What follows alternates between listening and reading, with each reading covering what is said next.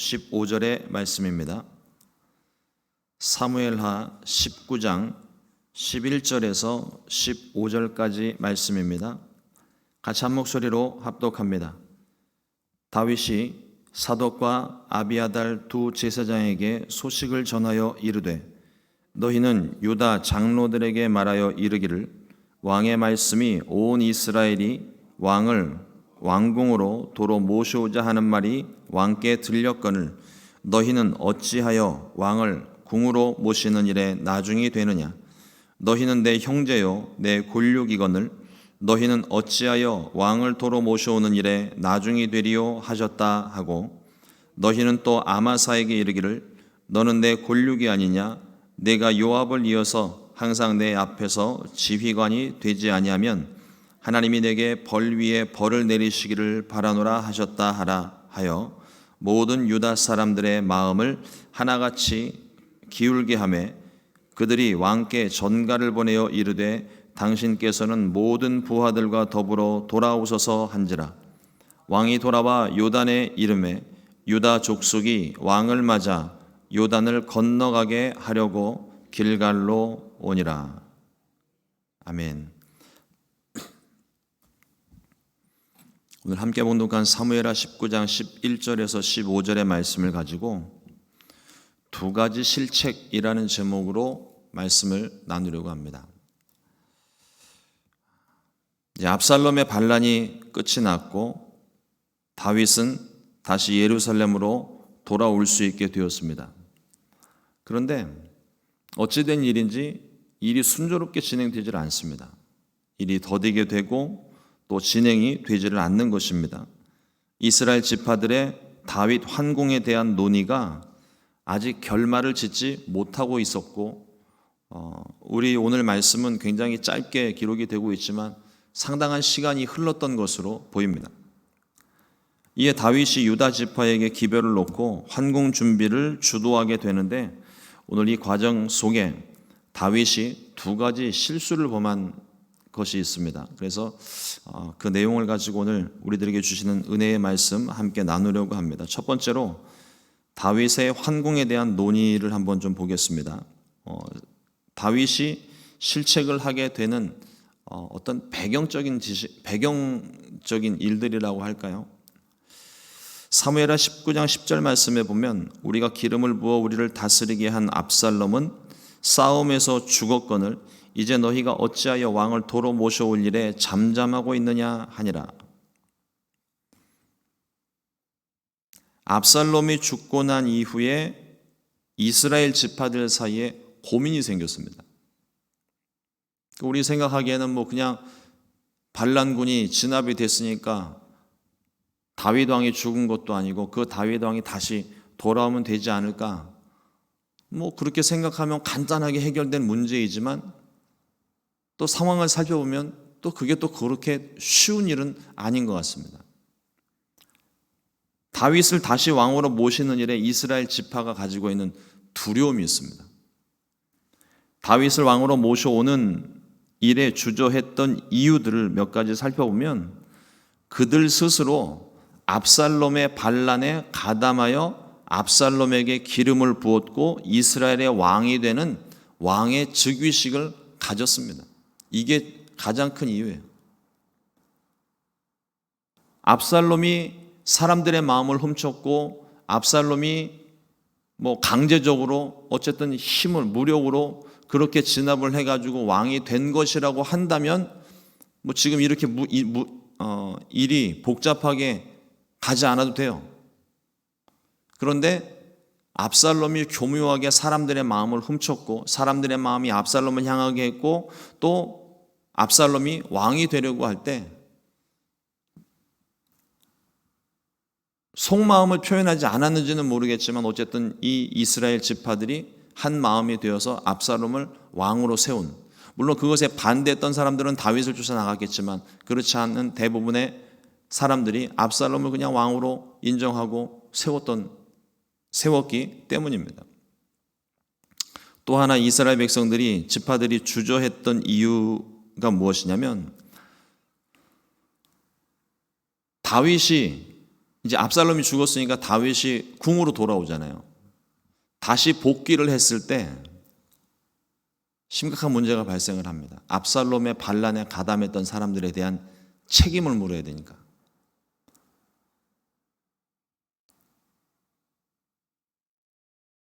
반란에 가담했던 그 사람들에 대한 심판과 불이익에 대한 두려움이 그들 가운데 있는 거예요.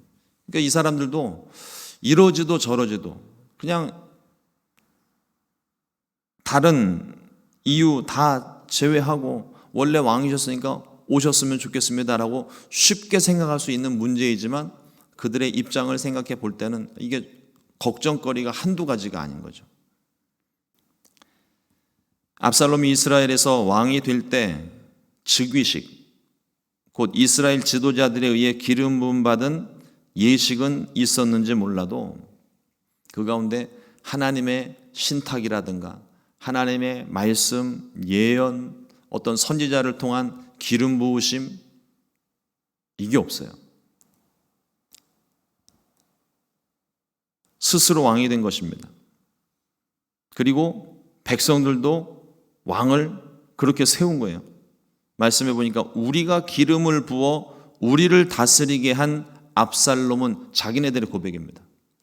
자기네들이 기름을 부었고 자기들의 왕으로 삼았다는 거예요.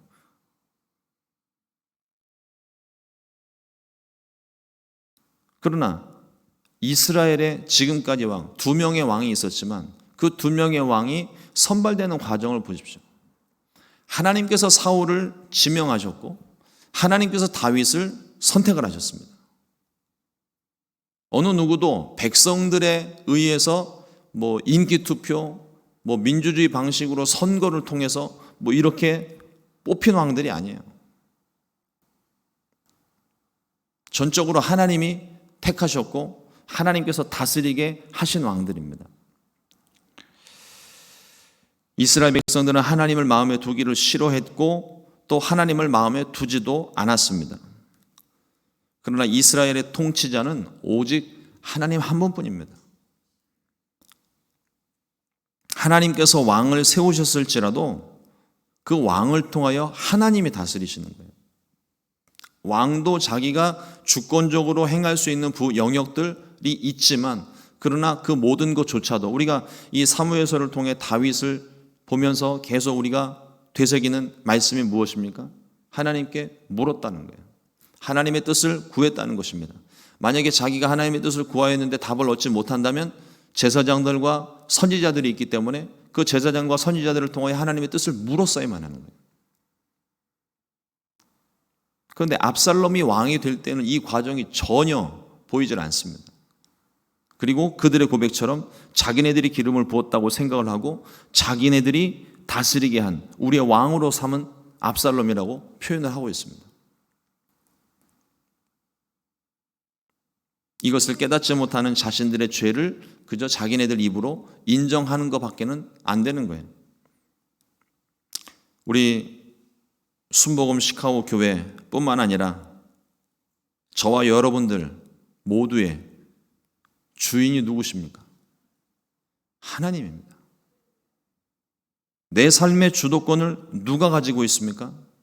주님이십니다. 내가 선택해서 내가 하는 것 같지만 절대로 그렇지 않아요. 하나하나 조목조목 제가 자주 따지잖아요. 아침에 본인이 일어나셨습니까? 하나님이 허락지 않으시면 못 일어납니다. 오늘 이 교회까지 오는 동안에 내가 운전을 잘해서 사고 없이 도착한 것 같습니까? 하나님이 막으셨기 때문이에요. 그러니까 우리의 모든 것들이 하나님께서 허락하시고 인도하시는 범위 안에서 생각을 해보면 내 삶을 내가 살아가는 게 아니에요. 내가 주도하는 것이 아닙니다. 물론 내가 선택하고 내가 결정하는 일들이 있죠. 그러나 그 가운데에도 보이지 않게 역사하는 하나님의 섭리가 있다는 것입니다. 갈라디아서 2장 20절 말씀에 내가 그리스도와 함께 십자가에 못 박혔나니 그런즉 이제는 내가 사는 것이 아니요 오직 내 안에 그리스도께서 사신 것이라. 이제 내가 육체 가운데 사는 것은 나를 사랑하사 나를 위하여 자기 자신을 버리신 하나님의 아들을 믿는 믿음 안에서 사는 것이라. 하나님을 믿는 믿음 안에서. 그 믿음이 없이는 우리는 의미가 없는 거예요. 내 안에 주님이 살아계신다? 믿어지는지 안 믿어지는지 사람마다 좀 다른 것 같아요. 그러나 믿으셔야 됩니다. 내가 일단 믿기로 작정을 하면 어느 순간 믿어지게 되는 역사, 저절로 믿어지게 되는 역사, 그게 확인이 되고 더 분명하게 확실하게 내 마음 가운데 주님 살아계신다는 것을 경험하고 깨닫게 되는 겁니다. 나의 옛사람은 죽었고 주님이 내 안에 사시는 것입니다. 주님은 내 인생의 손님이 아닙니다. 주인이십니다. 이 사실을 잊어버리는 순간 그때부터 내가 내 삶의 주인이 되고 내 마음대로 내 생각에 옳은 대로 행동하기 시작을 합니다. 사사기의 결론 말씀이 바로 그것입니다. 그들에게 왕이 없으므로 그들이 자기 소견에 옳은 대로 행하였더라. 선한 대로 행하였더라. 자기 생각나는 대로 내가 옳은 것만 하는 거예요. 그러니 그 사사기의 모든 역사들이 계속 죄와 심판과 구원의 이 순환이 계속 반복이 되잖아요. 구원받고 은혜 받았으면 그걸로 만족하고 끝나야 되는데 어느 순간 또 벌써 타락하고 자기네들 마음대로, 그 모든 것들을 한 문장으로 요약을 한 게 그들에게 왕이 없으므로 그들이 자기 소견에 선한 대로 행했다. 우리의 삶도 그렇게 되면 안 됩니다. 우리의 왕은, 가장 기본은 우리의 왕은 주님.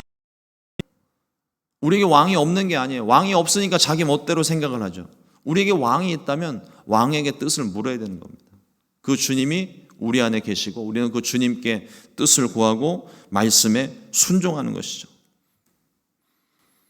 내 마음대로 옳은 대로 행동하기 시작하면 그때부터 인생 꼬이는 겁니다. 말씀에 순종하는 것이 지혜요 또 생명입니다. 나의 삶을 다시금 점검하고 주님께 맡기는 인생 되시기를 주님의 이름으로 축원합니다. 두 번째로 다윗의 두 가지 선택, 치명적인 실수죠. 이 두 가지 선택에 대해서 또 말씀을 봅니다. 이스라엘 지파들이 다윗 모셔오기를 주저하고 있을 때 다윗은 유다 지파를 지목하여 예루살렘 환궁 계획을 지시합니다. 사독과 아비아달 두 제사장을 앞세워서 유다 지파가 왜 주도적으로 나서지 않는지에 대한 섭섭한 마음을 직접적으로 표현을 합니다. 사무엘하 19장 12절 말씀에 너희는 내 형제요 내 골육이거늘 너희는 어찌하여 왕을 도로 모셔오는 일에 나중이 되리요 하셨다 하고, 이게 다윗의 섭섭한 마음이에요. 내가 속한 지파이고 크게 확장해보면 가족이잖아요. 친족이잖아요. 다 유다 지파 안에 있고 뭐 조금 건너 하면은 다 사돈의 팔촌에 그냥 다 친척이고 같은 한 핏줄인데 어찌하여서 왕이 돌아오는 일에 아무런 말도 하지 않느냐.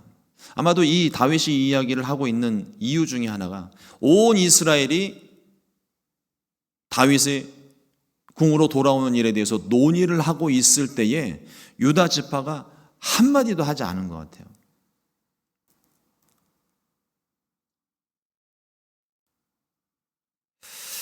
한편으로는 다윗의 말도 일리는 있어 보입니다. 다윗이 굳이 말하지 않더라도 다른 어느 지파보다도 더 앞장서야 할 지파가 유다 지파.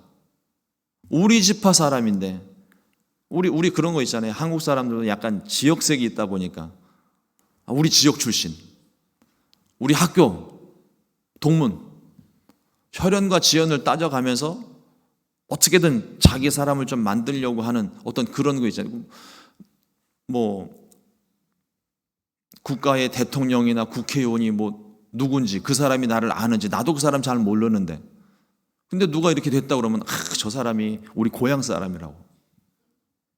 그게 뭐 무슨 상관이 있는지는 모르겠습니다. 저 사람이 우리 학교 동문이라고. 나는 중퇴했지만 저 사람 우리 학교 동문이라고. 자꾸 이렇게 끈을 맺으려고 하는데 희한하게 유다 지파 사람들은 다윗이 대놓고 유다 지파 사람임에도 불구하고 유다 지파가 전혀 반응이 없습니다. 유다 지파가 주저하는 데 이유가 있습니다. 압살롬이 왕이 될 때 헤브론에서 왕이 됩니다. 이 헤브론이 유다의 중심지예요. 유다 지파의 중심지예요. 다윗도 처음에 유다 지파들을 중심으로 헤브론에서 먼저 기름 부음 받고 왕이 됩니다. 압살롬은 의도적으로 헤브론으로 가서 왕이 되려고 했던 거예요. 이 말은 왕의 즉위식, 곧 왕으로서 기름 부음 받은 장소가 헤브론이라는 겁니다. 압살롬의 반란에 주도적인 역할을 했다는 부분을 생각해 볼 수 있는 거예요. 지은 죄가 있으니 다윗의 눈치를 살필 수밖에 없습니다. 그리고 또 하나 다윗이 중요한 결정 하나를 내리는데 다윗은 또 요압을 대신하여 압살롬의 군장이었던 아마사를 군장으로 세웠습니다. 다윗이 말하고 있는 것처럼 아마사도 유다 지파에 소속된 사람이고 다윗과 사촌지간 내지는 그 다윗의 조카뻘 되는 사람입니다. 그러니까 같은 혈육이고 친인척이고 이게 완전히 말 그대로 혈연으로 맺어진 공동체잖아요.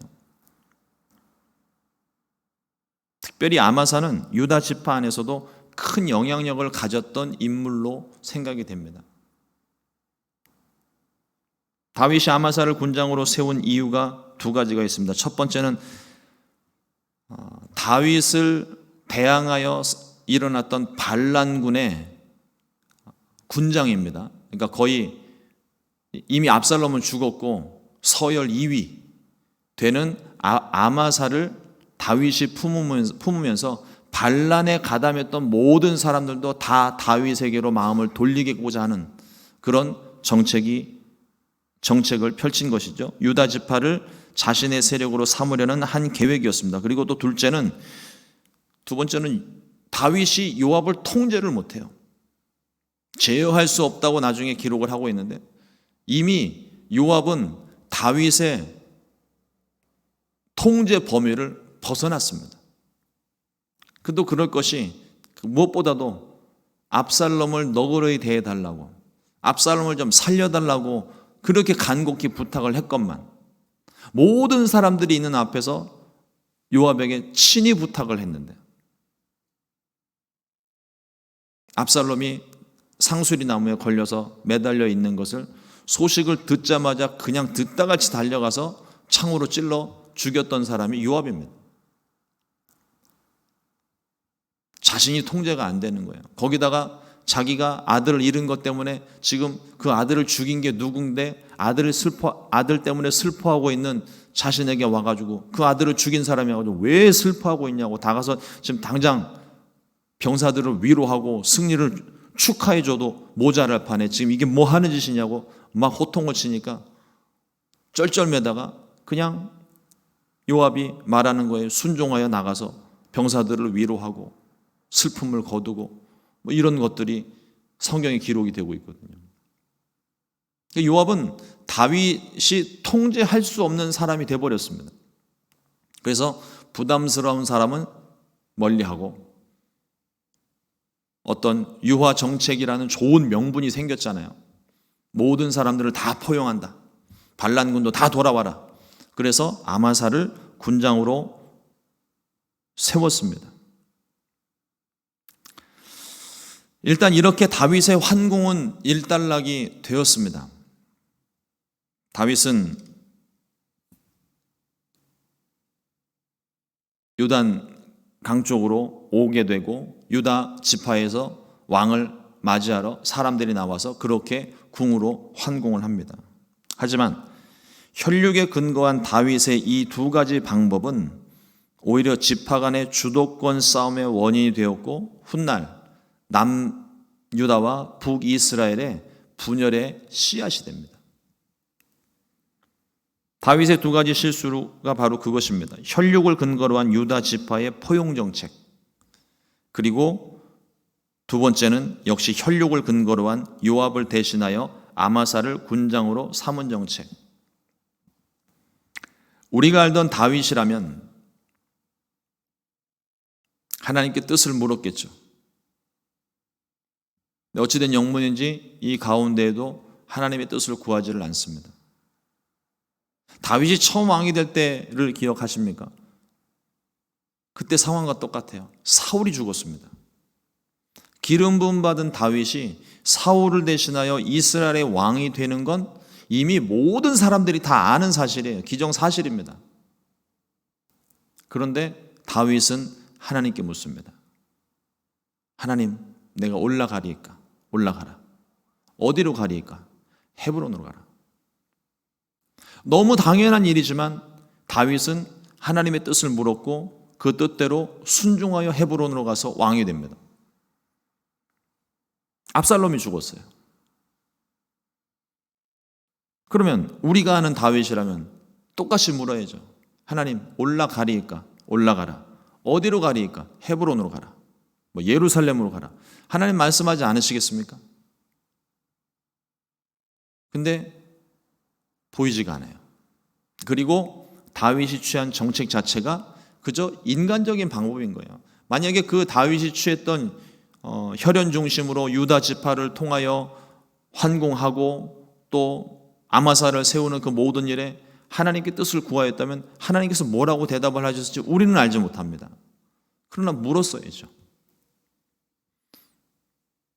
이따금씩 그런 분들 만납니다. 기도해 보셨습니까? 물으면 하나님이 내 기도에는 응답 잘 안 하시더라고요. 그래서 물으셨냐고요. 응답도 받지 못하는데 뭐하러 기도합니까? 여러분, 응답이 없을지라도 하나님이 침묵하실지라도 우리는 기도해야 됩니다. 기도가 중요한 거예요. 하나님의 뜻을 구해야 되고 하나님께 뜻을 구했는데 하나님께서 응답하지 않으실 때 그때는 두렵고 떨리는 마음이지만 지금 당장 해야 되는 일들이 있잖아요. 그러나 하나님의 응답을 받지 못하는 여러 가지 이유들이 있을 거예요. 하나님이 기다리라 말씀하시는 것도 있고 하나님 말씀하셨는데 내 마음이 준비가 되지 않고 내 마음에 욕심이 있어서 내 마음에 이미 뜻을 정한 것이 있어서 하나님 말씀하셨는데도 그 말씀을 곧이곧대로 듣지 못하고 못 들은 척하는 걸 수도 있고 여러 가지 상황들이 있겠지만 하나님께서 말씀하셨을 때 침묵하고 응답을 얻지 못했을 때에는요 기다리는 경우도 있지만 하나님의 인도하심을 구하고 나아가는 방법도 있습니다. 근데 반드시 기도가 동행이 돼야 돼요. 아브라함이 그 경우거든요. 갈 바를 알지 못하였지만 순종했다고 되어 있습니다. 어디로 가야 됩니까? 아브라함이 물었을 것 같아요. 저는 성경에는 그게 없지만 아브라함이 물었을 것 같아요. 어디로 갑니까? 알려주십시오. 만약에 하나님이 응답을 하셨다면 성경이 기록되지 않았을까요? 근데 갈 바를 알지 못하고 믿음으로 순종하여 나갔다고 히브리서에 기록이 되고 있습니다. 그러면 아브라함과 같이 우리가 기도하면서 하나님 인도하여 주십시오. 오늘도 하나님께서 내 길을 인도하셔서 만날 사람 만나게 하시고 행할 수 있는 일들 행하게 하시고 문제가 해결될 수 있도록 방법을 가르쳐 주십시오. 주님 손에 붙들려 인도함 받기를 원합니다. 기도하고 나아갔을 때 내가 오늘 그 일을 해야 되고 내가 오늘 그 어느 누구를 만나야 될 때 하나님의 인도하심이 있다는 거예요. 구체적으로 말씀 안 하실지라도 환경 가운데 역사하시며 하나님 우리의 길을 인도하시는 것이 있다는 겁니다. 그것마저도 마냥 손 놓고 앉아서 기다리고 있는 게 아니에요. 우리가 해야 될 일에 대해서 행하면서 하나님의 인도하심을 구하고 만약에 그것이 하나님이 원하시지 않는 길이라면 우리가 기도하고 있다는 전제하에 하나님 그것이 원하시는 것이 아니라고 한다면 하나님이 그걸 바꾸실 거예요. 그리고 하나님께서 내가 기도하는 것들이 혹 하나님의 뜻과 맞지 않는 부분이 있다면 하나님께서 내 기도를 바꾸실 거예요. 저는 그런 경험들을 많이 합니다. 내 욕심에 따라 내 생각에 따라 이것이 옳다 생각하고 하나님께 뜻을 구하다 보면 어느 순간에 하나님 응답하지 않으시다 어느 순간에 갑자기 기도를 확 뒤집는 경우가 있어요. 그게 하나님의 인도하심이거든요. 미처 생각지 못했던 것들을 기도하는 가운데 깨닫게 하시고 알게 하시고 그래서 변화시켜 주시는 것입니다.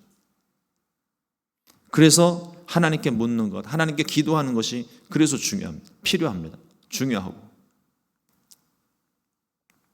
다윗이 내렸던 이 정책, 혈육을 이용하여 유아 정책을 펼치는 그 정책이 죄는 아닙니다. 그게 필요할 때도 있어요. 그게 잘못됐다는 게 아닙니다. 형평성의 문제를 고려했어야만 했고, 이스라엘은 유다 지파만 있는 게 아니라 12지파잖아요. 어느 한쪽에만 힘을 실어주게 되면, 균형이 깨지게 되면 그때부터 공동체는 흔들리는 겁니다. 균형을 이룰 수 있게 지혜롭게 판단을 했어야 했고, 무엇보다도 하나님의 뜻이 무엇인지를 생각하고 분별해야만 했습니다. 만약에 하나님께 물었는데 유다 지파를 통하여, 이 다윗이 지금 행한 것처럼 유다 지파를 통하여 가고 아마사를 군장으로 세워라, 요압은 도저히 나도 감당 못하겠다, 이렇게 말씀하셨다면, 그러면 그 말씀에 순종하면 아무 문제 없는 거예요. 그러나 다윗이 하나님의 뜻을 구하지 않고 그저 자기 생각에 판단에 행동했던 그것이 훗날 또 다른 문제들을 일으키게 되는 결정적인 원인이 되고 말았습니다. 우리 개인의 문제도 주인 되신 하나님께 물어야 하고, 교회의 문제, 국가 간의 중요한 정책에 관한 것은 더할 나위 없이 하나님의 뜻을 묻고 분별해야만 합니다. 오늘 하루 우리가 가진 문제들을 놓고 하나님의 뜻을 구하고 오직 하나님 뜻에 순종하고 믿음으로 행동하는 저와 여러분들 될 수 있기를 주님의 이름으로 축원합니다. 기도하겠습니다. 하나님 감사합니다. 오늘도 주의 말씀을 허락하여 주시고, 또 다윗이 예루살렘으로 돌아가는 길에 있었던 일들을 통하여 우리에게 또 여러 가지 많은 말씀들을 허락해 주시니 감사합니다.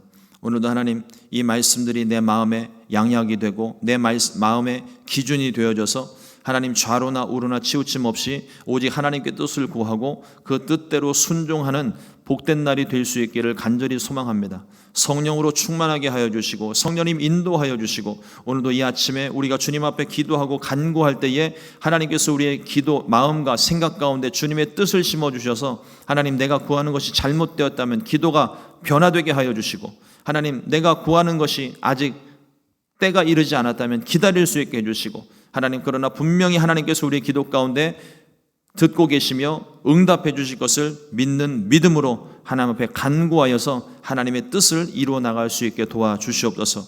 오늘도 주님의 인도하심을 구합니다. 내 삶의 주인은 오직 하나님이십니다. 주님께서 내 안에 성령으로 역사하셔서 주님 가야 될 길을 보여주시고 인도하시고 그 길에만 온전히 순종하게 하여 주시옵소서.